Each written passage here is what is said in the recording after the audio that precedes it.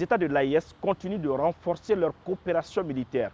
Actuellement, certains éléments du régiment des commandos parachutistes prennent part à un exercice tactique au niveau du Niger.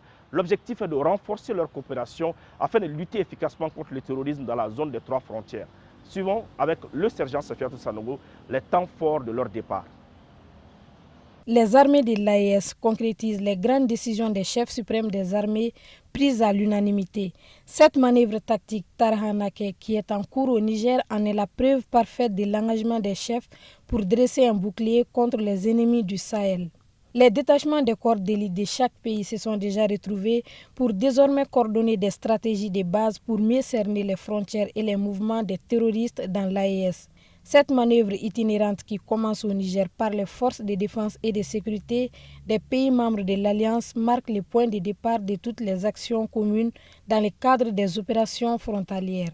Ces 3 pays, le Mali, le Niger et le Burkina Faso, se réunissent dans le but d'affûter leurs armes et contenir toute menace visant à porter atteinte à l'intégrité de leur territoire. À cet effet, un exercice de manœuvre tactique dénommé Tarhanake, qui signifie l'amour de la patrie en tamashek, sera organisé.